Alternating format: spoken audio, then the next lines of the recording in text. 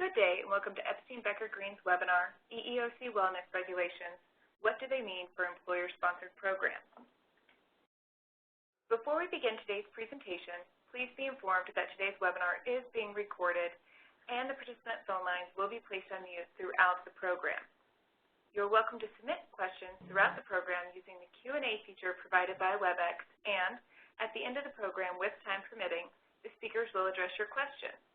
You're also welcome to submit questions directly to the presenters following the webinar, and contact information will be displayed at the end of the presentation. In approximately 2 to 3 business days following the webinar, Epstein Becker Green will communicate the availability of the webinar recording and access to the PowerPoint materials. We are pleased to have 3 fantastic speakers today. Epstein Becker Green's Frank C. Morris, Jr., who is a member of the firm in the litigation and employee benefits practices, heads the Labor and Employment Practice in Washington, D.C. office, and co-chairs the firm's ADA and Public Accommodations Group. Adam C. Solander, who is a member of the firm in the Healthcare and Life Sciences Practice in the Washington, D.C. office of Epstein Becker Green, and August E. Huell, who is an associate in the Employee Benefits and Labor and Employment Practices in the New York office of Epstein Becker Green. At this time, I'd like to turn the webinar over to Frank C. Morris, Jr. Thank you very much, Whitney. Ladies and gentlemen, welcome.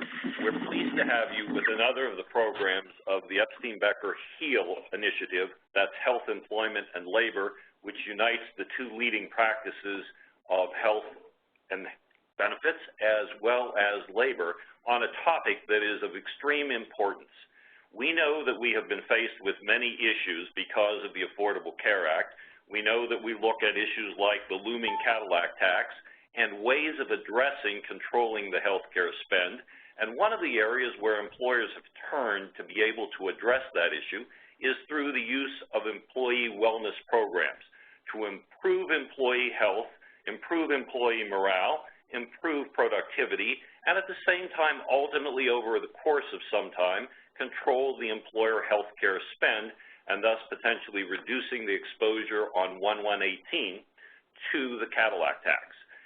A huge fly in the ointment, however, ladies and gentlemen, has been the fact that there was a divergence between the federal agencies who were involved in administering the Affordable Care Act, Treasury, Labor, and HHS, and the position or lack of position that was out there from the EEOC. What we're now going to explore today is how the EEOC has now finally spoken, potentially with regard to its proposed regulation and resolving this issue.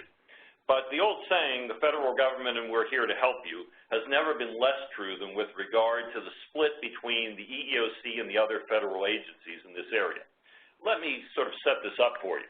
The U.S. Department of Labor has extolled the ability of wellness programs to improve the health of Americans and help control spiraling health care costs. They said, and I quote, "The Affordable Care Act creates new incentives and builds on existing wellness program policies to promote employer wellness programs and encourage opportunities to support healthier workplaces." That was the position of the U.S. Department of Labor. It's out there. It's very public. And the largely constructive regulations that came from the tri-agencies under the Affordable Care Act. The problem, ladies and gentlemen, has been that the EEOC has not been in that same position. So what are we going to be doing here today? We're going to look at the background of the EEOC guidance, its litigations against wellness programs in 3 cases. We're going to look at the implications for HIPAA as amended by the ACA. Then we're going to get into the heart of the proposed regulation and the design, the limits that are imposed there, which are different in many instances from those under the ACA regulations, as well as issues on voluntariness, confidentiality, and reasonable accommodations. Then we're going to talk about the key inconsistencies. We're going to talk about the request for comments, and we heartily recommend and are working with a number of clients already in preparing comments because there are some important questions that have been put out there that do require employer participation and the employer concerns in the circumstances and with the continuing litigation. So without further ado, let's move on. Let's have a bit of quick background. The Americans with Disabilities Act that applies to every employer in the United States with 15 or more employees and protects against discrimination for those who have a covered disability and requires affirmative efforts to accommodate those individuals, to reasonably accommodate them. The key issues for us with regard to the intersection with wellness programs, however, turn around two particular aspects of the ADA. And those two particular aspects are the fact that there is a prohibition in the ADA from general employer health-related medical examinations and inquiries unless one of two conditions are met. The first of those is where a medical examination or inquiry is job-related and consistent with business necessity. That means something like we have extremely threatening or aberrant behavior in the workplace. An employer, based on that, decides that an individual needs to be sent for a fitness for duty exam, and thereby the circumstances are such that the job-related and consistent with business necessity defense to an ADA claim would exist. But what we are really talking about here today is a separate circumstance under the ADA, and that is whether or not the key issue from the perspective of the EEOC is are medical examinations and inquiries that are made voluntary, in which case they become permissible. So that's the issue that has been out there forever, with the EEOC having not really given us much guidance. We're going to talk about what they did have to say before Monday of this week and what we now have before us in terms of the regulations. Before April 16th, the only written guidance, as you see, that the EEOC had provided was issued way back in the dark ages of 2000. And there was the slimly magnificent statement where the EEOC's enforcement guidance on disability-related inquiries and medical examinations said, quote, a wellness program is voluntary as long as an employer neither requires participation nor penalizes employees who do not participate. Now, the grand issue, of course, ladies and gentlemen, after this statement was, well, what does it take for an inquiry to become not voluntary? What does it become a circumstance where the EEOC would conclude there was a penalty, and that was the great void that had existed from that entire period of time through the present, and it became more acute with the additional promotion, as I noted, of the use of wellness programs under the Affordable Care Act. So that's the circumstance and background of how we got there. Now, there were a few other things that happened along the way. Back in May of 2012, the EEOC staff at an American Bar Employee Benefits Technical meeting said, quote, the EEOC has taken no position as to whether financial incentives provided or part of a wellness program makes disability-related inquiries or requires medical examinations would render the program involuntary. So we still had that nagging concern with would the EEOC find a wellness program to potentially violate the ADA, which complicated your plan design, which complicated your use of these programs. Then later in 13, you see the EEOC had an informal discussion, again saying basically, we have no position at this point in time. So that's the circumstance in the background which leads us to what had been an increasing cry and even concerns expressed by other parts of the administration that the EEOC was effectively frustrating the effective use of wellness programs because of its lack of guidance. And now, as my colleague, Auguste Honeywell, is going to talk to you about, indeed even bringing some litigations against wellness programs. So with that, why don't you help us along? Thanks, Frank. And that's right. The EEOC has proceeded in a string of litigations recently, all alleging violations of wellness programs under the ADA. In fact, it was on the 20th of August of last year that John Hendrickson, the regional attorney for the Chicago district-based EEOC, commented on the EEOC versus Orion Energy Systems case. He spoke out in this press conference stating that employers certainly may have voluntary wellness programs, but they have to actually be voluntary. Without really firming up what actually constitutes voluntary, Mr. Hendrickson explained that shifting 100% of the premium cost for health benefits onto the backs of employees is in fact a penalty, as is firing employees who choose not to participate. Again, this is in response to the Orion case, which I will go ahead and walk us through just to give you some background information on the next slide.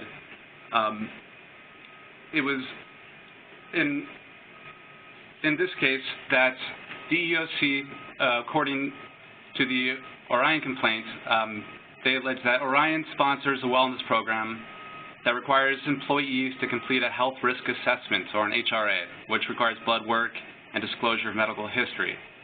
The complaint also alleges that Orion covers 100% of the health costs for employees who agree to participate in the wellness program, but if participation is declined, employees must cover 100% of the premiums plus a $50 monthly penalty.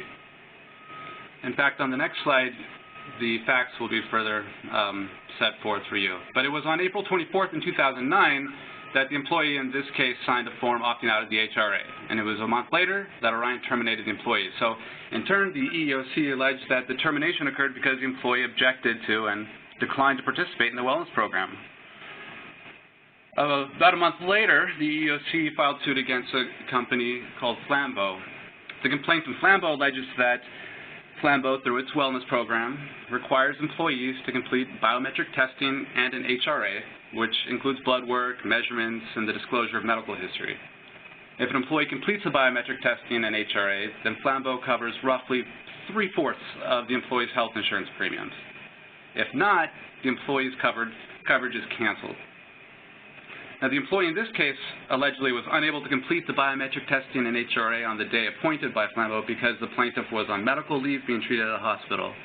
After allegedly denying the employee's request for additional time to complete the required biometric testing and HRA upon return from medical leave, the employee's medical insurance was canceled. However, the employer, Flambeau, did offer the employee the opportunity to participate in the plan as a COBRA participant, paying 100% of the premiums. The last recent piece of litigation on the next slide is, of course, what we all know as EEOC versus Honeywell. In Honeywell, the EEOC's memorandum in support of their temporary restraining order claims that in connection with the upcoming 2015 plan year, employees were informed that they and their spouses, if they're enrolled in family coverage, will be required to undergo biometric testing or incur financial penalties. Now, the EEOC contended that the financial penalties included, 1, a $500 surcharge if the employee does not complete the test, 2, a $1,000 premium increase for each enrollee who's a tobacco user, which of course is presumed if the tests are not taken, and 3, the withholding of an HSA contribution ranging from $250 to $1,500, which is distributed only to persons who complete the test. So unlike Orion and Flambeau, employees and their spouses are eligible for the health insurance coverage here in Honeywell, regardless of whether they choose to participate in the wellness program, and are not subject to any discipline or termination if they choose not to participate. So I think we can quickly draw a bright line distinction between the Orion, Flambeau, and Honeywell cases in that the determination that the seemingly mainstream financial inducements linked to the Honeywell wellness program amounts to penalties is really the stark difference that sets it apart from Orion and Flambeau. On the one hand, non-participation in the Honeywell program may result in a surcharge and the withholding of reward, both of which apparently are consistent with the Affordable Care Act. But on the other hand, failure to participate in the Flambeau program supposedly resulted in health coverage cancellation, curable only by COBRA at the full premium rate, and failure to participate in the Orion program triggered a full premium plus surcharge obligation. And just to be sure, both Orion and Flambeau are in the post-pleading early stages of discovery, so not much has happened subsequent to the filing of the complaint. No motion practice at this point. Honeywell matter is closed. The opinion and order denying the motion for temporary restraining order was signed and entered on November 6th of last year. And no appeals been filed. The time to file appeals passed. We shall see how these new proposed regulations will affect this litigation. And I believe Frank may comment on that a bit later in this presentation. With that, I think I will turn it over to my colleagues to continue. Thanks, August. Let's move forward, ladies and gentlemen. Let's get around the background, and let's now get ourselves into the regs and what's going on here in the circumstances. So by way of background, we should, of course, I think most of you are going to be familiar with the Health Insurance Portability and Accountability Act of 1996, fondly known as HIPAA. What were the key features that relate to our topic today? While there are many regulations that flow out of HIPAA, the key issues for our purposes were the fact that there were non-discrimination rules that were required with regard to HIPAA. Also, the fact that there were limitations on the charging of higher premiums, or the converse of that, the contribution rates, for those who were similarly situated within the employer situation. They could not use a health factor. In other words, we could not do underwriting in a fashion that would charge differential premiums consistent in the HIPAA context. Now, was there an exception? Yes, there was always an exception for adherence to terms of a wellness program. Now, this is the context in which the EEOC is sitting on the sidelines during all these years. The other agencies, what we refer to as the tri-agencies, Labor, Health and Human Services, and Treasury, in 2006 gave some more specific guidance that was the original guidance that employers looked to when constructing and using wellness programs. What was the point of the initial 2006 regulations? Well, it was to look at the wellness programs and decide how they could be structured with regard to the financial aspects that are particularly important to us here today. So, yes, there were some limitations on the overall rewards depending upon the nature of the program. For those programs which are merely participatory, in other words, an individual does not have to meet or maintain a specific health standard, the HIPAA 2006 regulations did not place any limits on the rewards in such circumstances. In programs that are what we call health contingent wellness programs, where in fact an individual must attain, maintain, go after, and take action to get to a particular standard, then the limitation on the benefit was to 20% of the total program coverage cost. The employer could provide that if participating individual in a health contingent wellness program could lower their costs by 20%, or under the HIPAA regs, penalties were also permitted, again within that same range. So that was the initial regulatory guidance with regard to the range of what was permissible as financial incentives for wellness programs. And what's the whole point here, of course? The whole point of the incentives was to encourage employees to both participate in the program and to engage in the kind of activities that would improve their health. So that was the underlying basis for the conclusion that it made sense to permit the use of those incentives to cause employees to want to participate and to, in fact, once enrolling and taking whatever steps were necessary to become a member, take the steps to participate and actually move into more healthful behavior. Of course, we then had the passage of the Affordable Care Act, and as I mentioned at the outset, we clearly have in the Affordable Care Act, in the legislative history and the legislative language itself, the concept that wellness programs were viewed as a very meaningful tool by the proponents of the ACA for improving the health of employees and thereby also controlling the health care spend, which, as we know, had been spiraling greatly and was of considerable concern to employers. In 2013, the tri-agencies issued their regulations concerning wellness programs under the ACA, technically under the Public Health Service Act and the amendments made to it through the Affordable Care Act. What were the issues that were addressed by the tri-agencies in its 2013 regulations? Well, again, they addressed the issue of what would be the limits on the total incentives. And note, again, they clarified specifically that from the perspective of those three agencies, it made no difference whether or not it was a reward or a penalty. I think taking effectively the common sense view that the economic impact to an employee would be exactly the same and the legal treatment should not diverge depending upon whether the employer framed it as an incentive or as a penalty. Participatory wellness programs, the agencies maintained the same position as they had, which was for mere participatory wellness programs, there would be no limitation imposed on what the incentives an employer could use for such a participatory wellness program. For the health contingent programs, however, what happened was that as a result of the ACA, the permissible financial incentives were raised from the 20% that I discussed a moment ago with you under the original 2006 regulations to 30%. So, if you will, a 50% potential increase from what had been generally used with regard to a health contingent wellness program. And because, again, of the concern about the ill effects on health of tobacco usage, the framers of the statute and then in the regulations embodied the fact that to really promote tobacco cessation programs, the total reward could be a 50% reward. And there is further language in the regulations that said even for other programs, the wellness incentive may ultimately be increased by the agencies through regulation to 50%.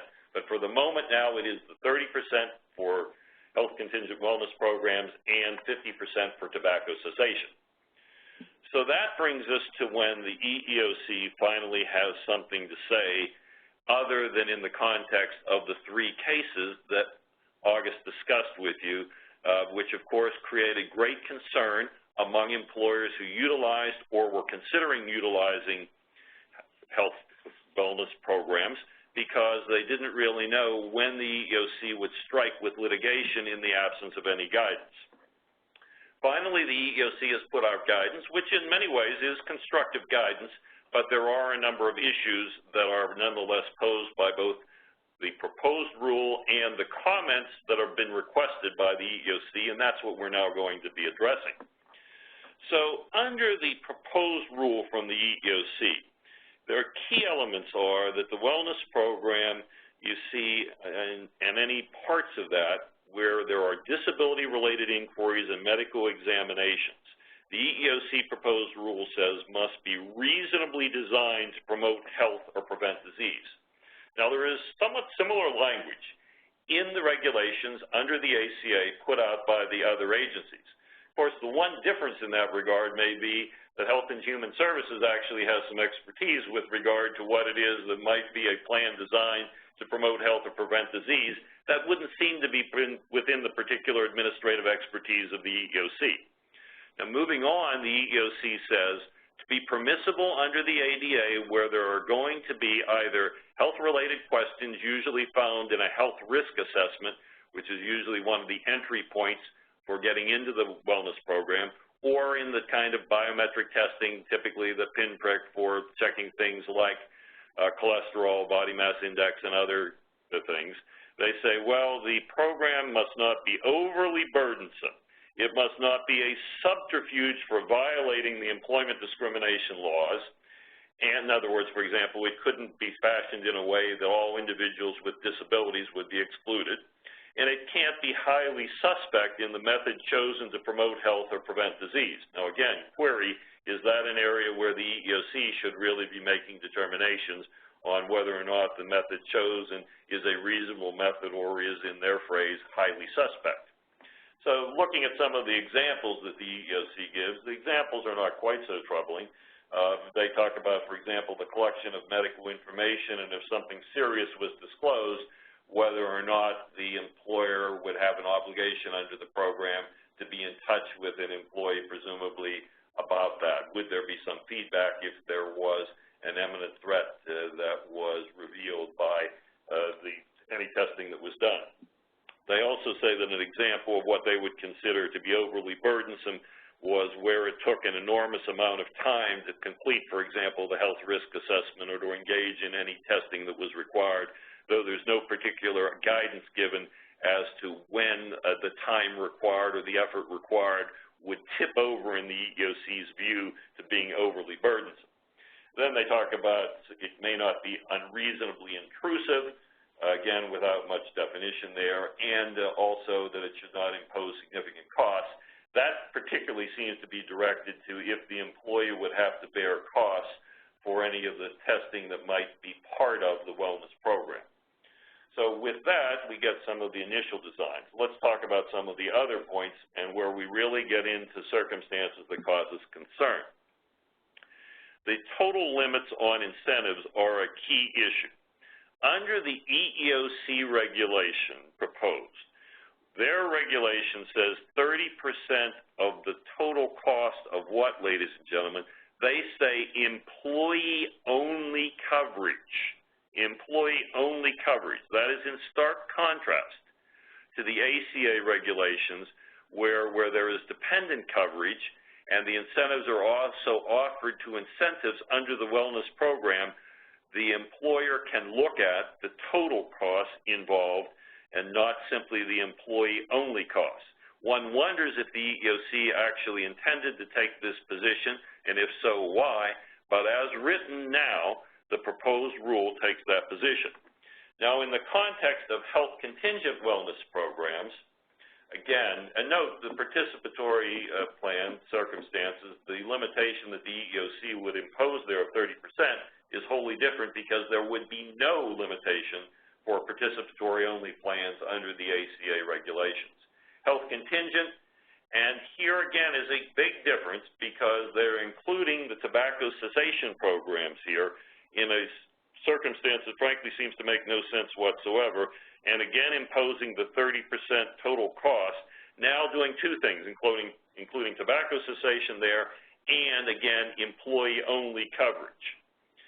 The one positive point is, in the EEOC's litigations, and in the statements that have been made by EEOC officials, it appeared that the EEOC was even more concerned about and even more prone to believe that there was a potential ADA violation when the employer chose to utilize in whole or in part a penalty as incentivization for participation in the wellness program. In the regulations, however, as proposed, the EEOC has taken the more enlightened view that it makes no difference whether or not the incentive is in the form of a reward or a penalty, that will not affect, so far as their other concerns are addressed, the lawfulness under the ADA. Now, particularly dealing with the issue of voluntary, and remember, it's the issue of voluntary that permits the EEOC to be in this arena in the first place.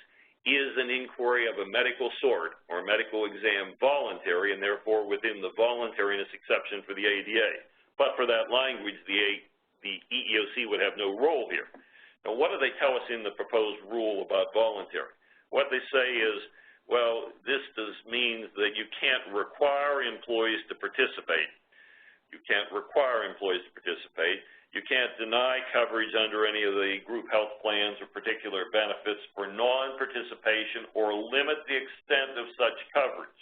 So the benefits have to still be available, presumably within the EEOC's view in the context of a 30% limitation on the reward or penalty that can be imposed. And, of course, the employer cannot take any adverse action to retaliate against, interfere with the employment, coerce, intimidate, or threaten the employees who choose not to participate in the wellness program. Now, that last point is not particularly controversial. There's no particular reason to believe that it would be lawful, and indeed the ADA would bar an employer from taking adverse action against an individual with a disability because of the fact that they simply chose not to participate in a wellness program. So that's really something that employers are not particularly concerned about because they're not going to be engaging in those kinds of activities. Further on voluntary participation, what do we see in the proposed regulation? Well, to ensure that there is voluntary participation, the EEOC wants more paperwork in our lives that we have to create with regard to effectively establishing that our wellness program meets the EEOC's notion of voluntariness. More specifically, they say that there should be notice provided to an employee as to what medical information it is that will be obtained through either the health risk assessment and or testing. Who is it who will receive that medical information? And that's an important point that we'll touch on more, is who can get access to that information. Third, how the information will be used. Again, and largely that's going to be perhaps, there may be as part of the wellness program intensive follow-up on the kinds of chronic conditions that oftentimes get to 60 or 70% of an employer's health care spend, and that kind of use. And clearly, I'll say, stating, of course, that it will have nothing to do with an employee's continued tenure or lack thereof as a result of what is learned as a result of medical inquiries under a wellness program. What are the restrictions on the disclosure? And certainly, I think it is wise to spell out those clear restrictions on disclosure. And then the methods that the employer will use to prevent any improper disclosure of medical information that is retained. Now, other than the fact that these regulations will require a notice around this, these are all points that most employers currently would be effectively doing, whether or not they would be putting them out there in as full a notice or not. These, I think, would be the kinds of guidelines that employers would already be paying attention to.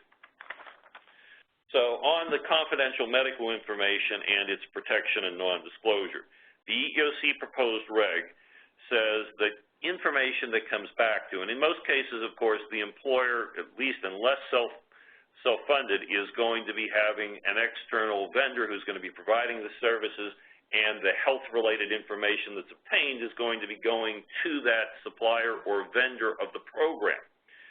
What the regulations say is that the disclosure of any medical information that comes directly to the employer should be in aggregate form only. Putting that quite simply, it means that you would not be able to identify that Frank Morris had indicated a particular medical condition in response to the health risk assessment or in response to the medical testing. Only exception there is where that information is needed in some fashion for the administration of the health plan. And again, you don't want that information going back so that it could possibly be part of any employment decision-making process. So again, not a particular concern with regard to the requirement that information come back to the employer only in aggregated form.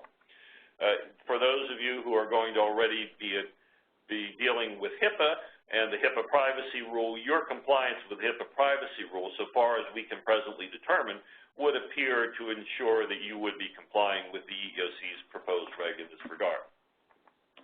On reasonable accommodations, there has to be, and again, this is already created effectively in the tri-agency guidance under the ACA, that for individuals who can't earn a reward because of their health condition, because of a disability, there must be an alternative measure that is provided for them to be able to achieve the incentive under the wellness program. And in such circumstances, these can be individually designed with regard to an alternative that makes the individual eligible to get the award. You see, we give an example. If someone's got a particular condition that will not permit them to achieve a certain health measure, then the employer's got to come up with an alternative design. Other reasonable accommodation requirements that are generally out there would still apply. So if we have an individual who's going to participate in the program and we provide materials and some of our employees had significant vision impairments, then going not particularly really to the design of the wellness program, but to the kind of normal reasonable accommodation that an employer must provide, we might have to provide the materials and, for example, the notice that we were just discussing in an alternative format, such as in large print or on a computer disk, for our individuals who do have vision impairments, just as one example. To the extent the program is computer designed, we need to make sure that, again, for people with vision impairments and that may use screen readers, that the materials would be available online. That's an area that's getting increasing focus all around, and we've been working with many employers on the issue of the use of their online materials and making sure that they are readable to individuals with vision impairments. Now, with regard to GINA, expressly at footnote 3 of the proposed regulation, the EEOC says that it is not in these regulations that were published on April 20th, of this Monday of this week, addressing the Title II implications of GINA. And remember, in the Honeywell case, the EEOC sued not only under the ADA but also under GINA. They say that they will be addressing this issue in forthcoming regulations, further regulations with regard to the GINA implications and what may or may not be done. Generally, GINA prohibits the incentivization of the disclosure of genetic information as defined under GINA, but we'll have to wait for further guidance in this particular area to know exactly what will come. Informally, I understand that those regulations are to come out in the relatively near future, but until we see them, we don't know. Now, there is an important other point that was addressed in the EEOC regulations, again, interestingly enough, in a footnote, not even in the text, and that is a very significant decision from the 11th Circuit Court of Appeals, where there was a challenge to a wellness program that had a penalty provision for those who chose not to participate in the health risk assessment and the biometric testing that Broward County had built into its wellness program, which was a part of the Broward County health insurance program. When the challenge was leveled against that program under the ADA, Broward County argued that because the wellness program was part of the health insurance program, because the health insurance program was a bona fide benefit plan, that therefore the wellness program as part of the health insurance program fit within what is called the ADA's safe harbor for bona fide benefit plans. And thus the voluntariness inquiry, again, remember the real hook under which the EEOC gets into the issue of looking at wellness programs in the first place, was not actually an issue. The 11th Circuit said, in fact, the bona fide health benefit program applied as part of here a circumstance where the health insurance program had the wellness program as a facet of the health insurance program. Therefore, the court concluded that the program Broward County used was entirely lawful.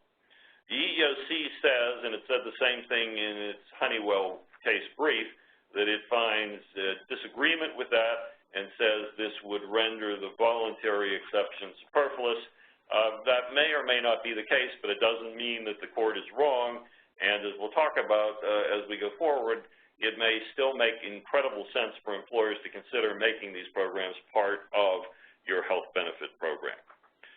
So with this, let's talk about a couple of the key inconsistencies that I've already started to highlight for you. Again, under the ACA participatory wellness programs, we have no limitation on incentives. Health contingent programs that are tobacco cessation up to 50%. Unfortunately, the EEOC regs say, again, participatory wellness programs limited to the 30%, and they do not permit the additional incremental 20%, if you will, incentive for tobacco cessation programs.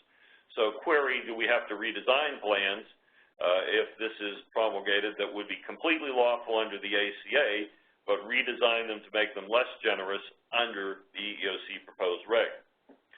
And then the other point that we made, the total reward for wellness programs based on the total cost of coverage. Remember, the ACA says total cost of coverage, whereas the ADA proposed EEOC reg would say the total cost of employee-only coverage. So that is critical, I think, to looking at these regulations. And then we get to the issue on reasonable alternatives. Under the ACA HIPAA regulations, when we're dealing with health contingent wellness programs, who look at activity-only programs, we have to provide a reasonable alternative standard, or again, you can simply waive the standard for an individual who can't meet it because of a disability to get that reward. In outcome-based programs, the two subdivisions of health contingent wellness programs, again, a reasonable alternative standard if the initial standard can't be met. So you get an alternative standard if the initial standard can't be met during a measurement test or screening. That, if you comply with the ACA HIPAA requirements, you likely have fulfilled the ADA's reasonable accommodation obligations for health contingent wellness programs. The key point, however, under the EEOC proposed reg is that the reasonable accommodations apply across the board to both participatory and health contingent wellness programs. So that's an important difference. Now, getting into the key questions that are open and where the employers have an interest and where the EEOC has requested comments. I'm going to turn the floor over to my colleague, Adam Solander, to take us through those issues. Wonderful. Thank you, Frank. And the thing that worries me most about this proposed rule is not necessarily what we have written already. It's the comments and the request for comments on where the EEOC could go with this guidance in the future. There's a list of 10 or so questions that they've asked for comment on. A lot of it is on how to integrate with the ACA and the tri-agency regulations. But a lot of it, I think, would be pretty problematic. And we would certainly urge everyone on the call that has an interest in wellness programs to look at these questions and consider commenting on them to really preserve our ability to offer these programs in the first place. The first one that really struck us was the EEOC asked for additional guidance on whether or not employers that offer incentives must also offer similar incentives to individuals who chose not to disclose information, but instead have a note from a medical professional stating that the employee is under the care of that medical professional and that any medical risks identified by that physician are under active treatment. This to me seems really like a solution without a problem. As Frank described under the tri-agency rules, there already are alternative pathways that are in place for individuals who are unable to meet a particular standard based on either being medically inadvisable or unduly burdensome for that individual. So that is already in place for this. The ability of an employer to request notice from the physician saying that this is medically inadvisable is prohibited already in certain circumstances under the tri-agency regs. So allowing this pathway to provide sort of that medical professional certification, I think could cause a lot of confusion with employers as to when they're allowed to request a note saying that this is medically unnecessary or medically burdensome, et cetera. So that's something that really struck me as an area where additional complication would be injected into a system that already works pretty well. We already have those alternative pathways in place, and we have to provide notice to all beneficiaries in our plan documents that discuss the wellness program of the availability of these reasonable alternative standards. So moving on to the next slide, this is the one that I think is going to be most problematic for most people on the call today.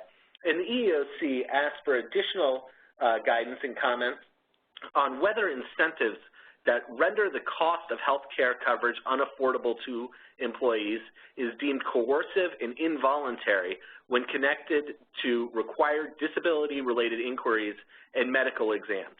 So basically, they're asking whether or not an incentive, if it made the cost of coverage unaffordable, so it increased, so the cost of coverage was over 9.5% to an individual, whether or not that would deem the program involuntary under the ADA.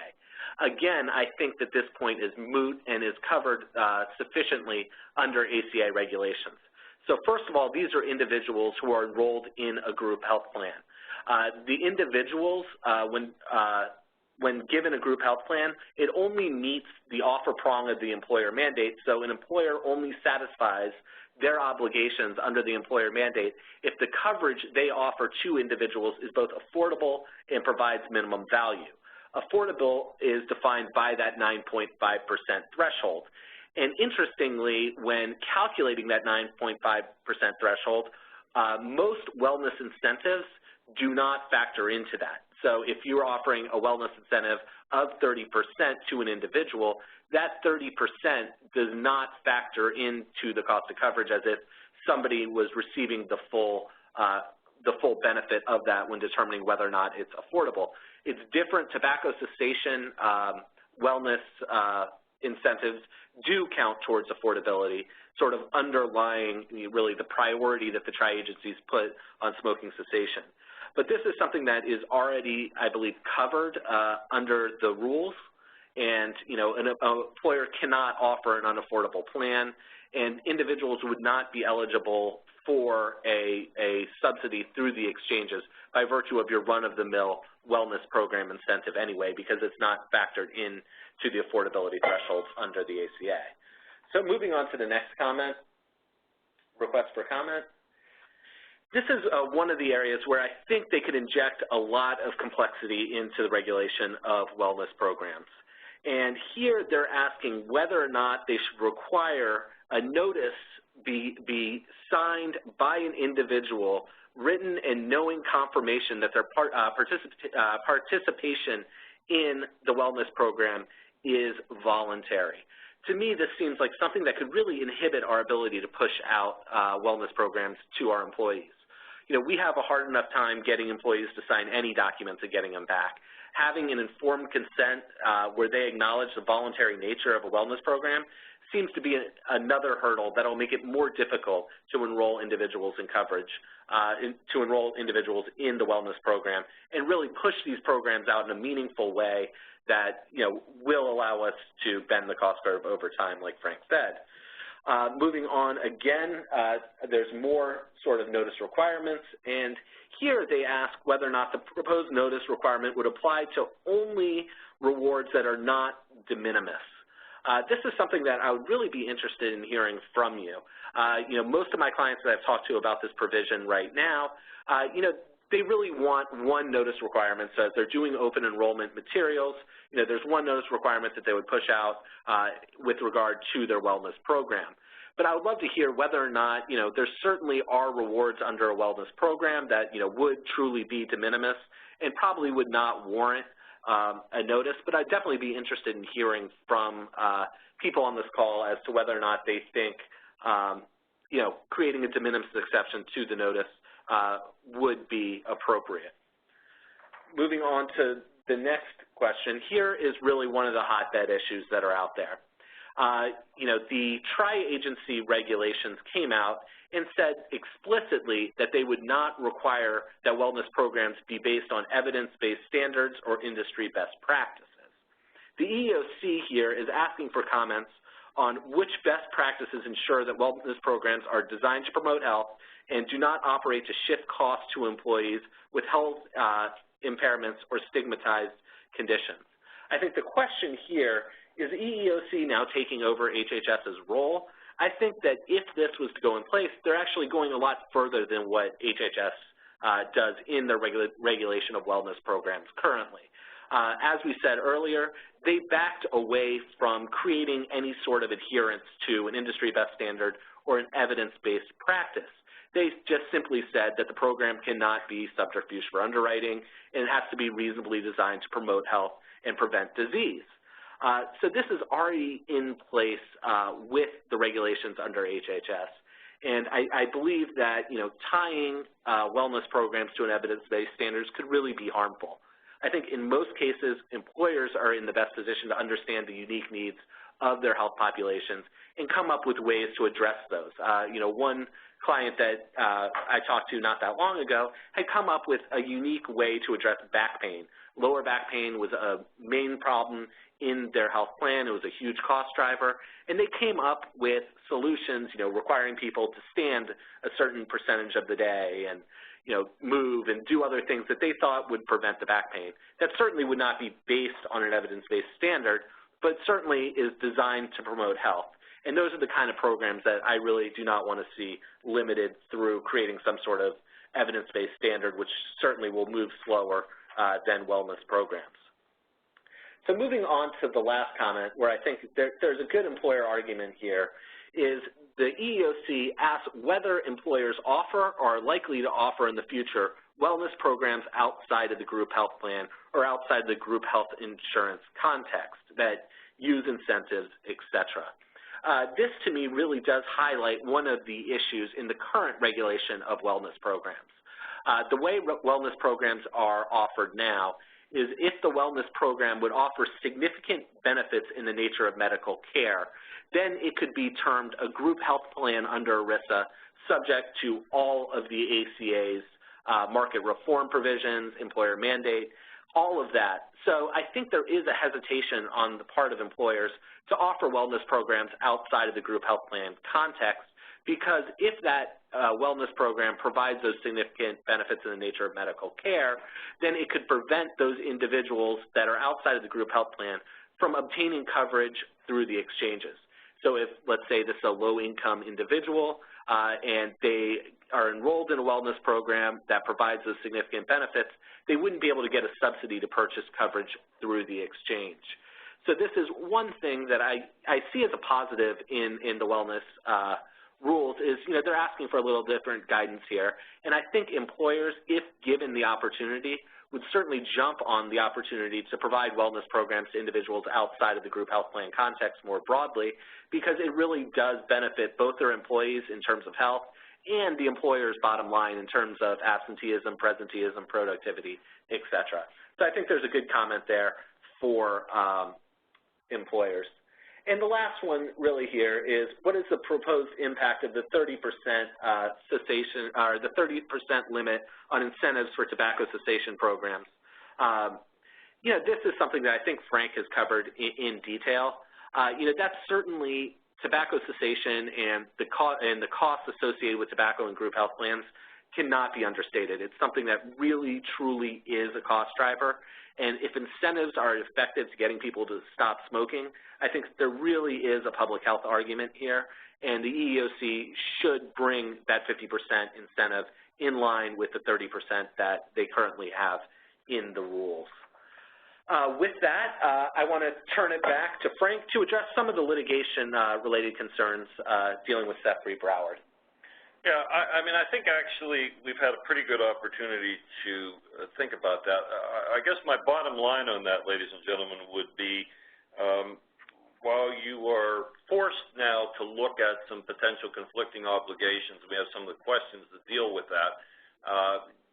When you are doing this, even though the EEOC indicates its strong disagreement with the Seth versus Broward approach of the coverage of the bona fide benefit safe harbor under the ADA, it doesn't mean that designing your plan in a way that you potentially come within that is itself unlawful. To the contrary, to the extent that your plan was ever challenged, you would have a sort of belt and suspenders approach whereby you would also have the argument available that you met the bona fide benefit safe harbor, and thereby any EEOC quibble on the issue of voluntariness with your program would be satisfied and solved by the fact that you came within that bona fide benefit safe harbor.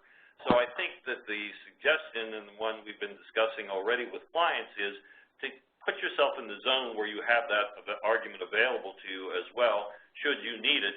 And there's every reason to believe that the courts might very well be inclined to follow the well-reasoned decision of the 11th Circuit and not necessarily the view of the EEOC with regard to this particular point. So certainly that's something worth keeping in mind. Now, the other key issue that I think, and Adam and I are going to talk both a little bit more about this, I'll start that discussion is, I mean, here we are already in late May. Most of you will be having, this fall an open season. Realistically, of course, what are we looking at with regard to these regulations? Well, we don't know what the actual effective date of the regulation will be itself, when it will be promulgated in final form, and then when the rule will be effective. So one of the concerns here is if we know that there's 60-day notice and comment through June 19th. All right, let's assume that the EEOC needs some time to read and review the comments and potentially make any final changes, and among them some of the ones that Adam and I have been discussing that we hope for. So you're talking at best probably a fall issuance of the EEOC's final rule, and then what will the effective date be? So one of the problems for you is to look at possible mid-year concerns around whether or not the EEOC approach, if it adheres in a number of the areas where it is different from the tri-agency guidance, how that will impact on your plan design, potentially even for this year, and then certainly going forward. But one of the things I think that we would hope, and again, one of the things that's probably worth employer community comment on, is that these regulations not be made effective until plan years beginning at least after 1/1/16 at the very earliest, so as to permit employers to do anything that they need to do to come into compliance with the EEOC's view on what is required here. So that's one of the things I think that's a major concern for employers. Adam, you want to talk a little bit about the total cost issue, because that's certainly very significant, and I think we've got some questions there as well. Yeah, and this to me really seems like the most significant issue in these rules. It is highly significant that we would measure affordability and the impact of a 30% reward on the self-only coverage. The tri-agency regulations are pretty clear that it's 30% based on the coverage you're offering. So if you have dependents that are enrolled in the wellness program, the incentive can be 30% of the coverage that they're enrolled in. Essentially, by limiting this to 30% of self-only coverage, they're in effect limiting the amount of incentive that you can give to employees. Just to throw out numbers that I think are relevant to employers is coverage that's considered a Cadillac plan in 2018 is $10,200 for individuals and $27,500 for family coverage. So you can see the difference in the cost of those plans for employers, and providing an incentive of 30% of individual coverage to a large, group health plan, family, for example, if they have 5, 6 dependents enrolled in the wellness program, that's not going to be a large incentive to those individuals. So I think that it's an important comment from the employer community that they bring the incentive, the 30%, in line with the incentives that are out there for the tri-agency regulations. Moving on to the next slide. I think we've really already talked about the affordability with regards to tobacco cessation. That is important public health concern, and we want to make sure that that is preserved in our wellness plan design. The other piece that I think is worth commenting on is the ACA pushed just a ton of notice requirements on us. We already have notice requirements that are required under the ACA with regards to wellness programs. So I think that it's important for the EEOC to understand the cost of pushing these notices out to the individuals. There certainly is a lot of cost out there, and there's also a desensitization on the part of the person who receives these notices. We keep hearing this from employers, is that employees really aren't paying attention at all to the notices because there is so much notice out there. If the notice requirements under the EEOC regulations were consistent to what's already out there for wellness programs under the tri-agency rules, I think it would go a long way to limiting the confusion on the part of beneficiaries. Moving on to the next slide. This really goes to the way employers get data from vendors, from business associates. I think at the end of the day, employers and group health plans, which are covered entities under HIPAA, understand the construct of the HIPAA privacy and security rule. Employers, are careful not to disclose that information. They must have business associate agreements in place with any vendor who would handle personal information, including in the wellness program context, where they would have to keep that information confidential and in accordance with HIPAA. So I don't believe that any additional privacy/security controls are necessary, especially to be governed by the EEOC. I think that those controls are out there. They're pretty well recognized under HIPAA, and wellness programs would certainly fall under that exception, especially in this context, because EEOC really only has the authority to govern the employer context, so we're not talking about wellness programs outside of that context. These are people who are enrolled in the group health plan and certainly would be covered by HIPAA. So moving on to the next slide, I'll actually turn it over to Frank to talk a little bit more about the EEOC lawsuits. Yeah, I mean, one of the big questions that remains, because there is no discussion in either the preamble to the proposed regulation or the rule itself, is the issue of what is the correlation between these lawsuits and the proposed regulation. Indeed, one of the questions we've received sort of raises that precise issue. Trying to read tea leaves, and that's always difficult to do. If you look at what are the allegations in the Orion case and in the Flambeau case, you would probably think that the EEOC's view would be that the fact that the employees who do not participate in the wellness program are faced with either 100% of the health program costs or 100% and a penalty feature would fall within the area that the EEOC would view as therefore coercive or excessively costly and therefore not meeting the voluntariness standard. Now, that's supposition, and again, they don't give us a word in the materials that they published that give us any direct guidance on this, versus the Honeywell situation where the plan is carefully designed in compliance with the ACA regulations with regard to wellness plans. That, on the other hand, was a case where the EEOC sought a temporary restraining order, very well unsuccessfully. So there are issues there. How do we know where they're going? Well, the answer is, and we've got to, so the question there is, we really have to see what the EEOC now does in these litigations to get some further edification on where they are based on their view of interpreting the proposed rule in connection with those cases. Obviously, it's worth your paying close attention to the further developments in those cases, because in addition to with the proposed rule, that's going to give you good insight into where the EEOC is going with regard to its further interpretations of what is voluntary in an employer wellness plan and therefore permissible. With that, you want to try and take a few of the other questions? Now, we've already answered, I think, several of the questions as we've been going through. Yeah, absolutely. And, we have had a huge volume of questions that have come in. So we'll follow up probably with some frequently asked questions on this webinar. There's no way that we would be able to get to all these questions in this. I do think that we have covered a lot of the questions out there. But, Frank, just quickly, with regards to the Honeywell case, there is no ongoing litigation going on right now, right? What we're waiting for is the EEOC's next move. Yeah, we're really waiting for the EEOC's next move. They initially filed that case with a request for TRO and without an actual complaint in the case. So what yes, we have to wait and see what in fact happens next. Okay.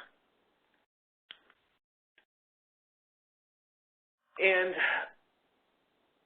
great, and there's a lot of questions out there right now about the materials, and yes, those will be available in a couple of days. The recording as well as the materials will be available for downloading.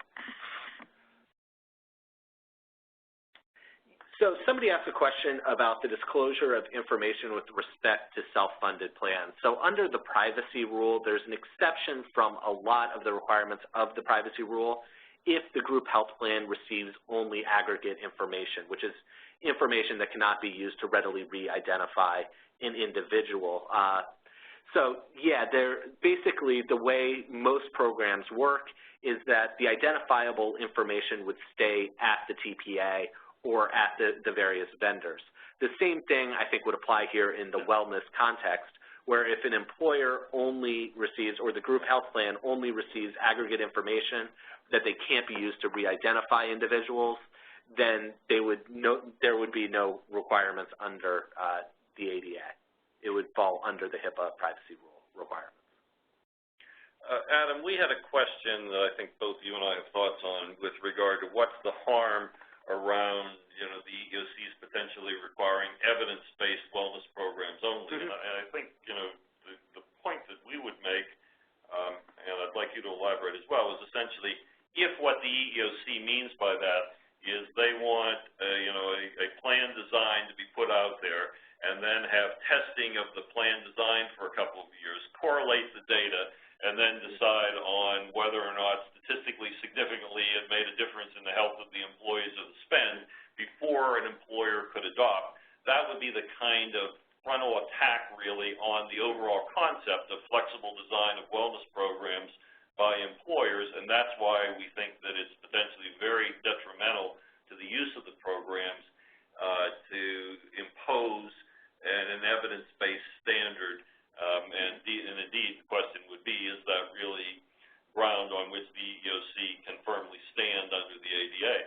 Yeah, no, I totally agree. And, certainly wellness programs need to be tailored to the unique positions of an employer's employees. They know what their health cost drivers are. They know what would work for their employees, and that may not be based on an evidence-based standard.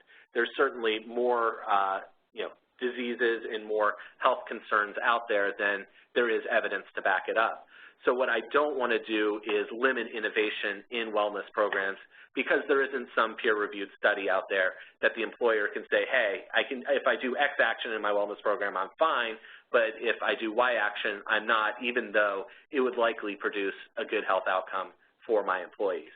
So I would be concerned that by requiring evidence-based standards, we're really tying wellness programs in way too closely and really, reining in what could be innovation in healthcare.